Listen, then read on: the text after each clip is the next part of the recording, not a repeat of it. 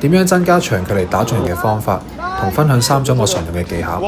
好多時咧打拳啦，我哋會打唔到佢啦。通常打唔到咧，好多人都會直接彈入去做個 one two 啦。但問題就係我點樣令到我長距離突襲攞翻個節奏嘅時候，嗰個優勢會容易啲出到嚟咧？咩意思咧？就係如果我居居突然間咁樣彈入去，係啊，好勁啊！你打到，但係其實對方唔會俾你做啊，佢唔係傻噶嘛。咁所以我嘅建議咧就係你要呃咗佢先，你要 set up 有一啲陷阱先。點樣 set up 啊？最簡單啦，對住個空氣。養下佢，同佢 say hello 咁樣 ，jab 下佢，又唔係見到佢嘅。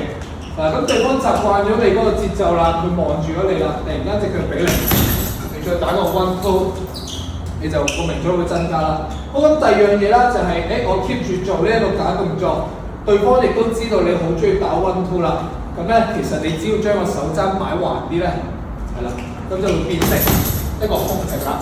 係啦，甚至 upper 都係嘅，係啦，摸住，將你嘅 angle 由個手面向天啦，你踩翻高，係啦，喐住，係啦，咁至少你呢個動作有3個 angle 去做呢個長距離突襲啦。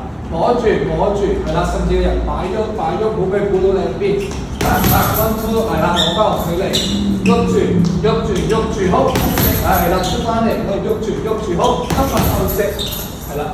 就係咁啦，咁做多呢啲動作咧，你嗰個跳步咧，個命中率會增加㗎啦。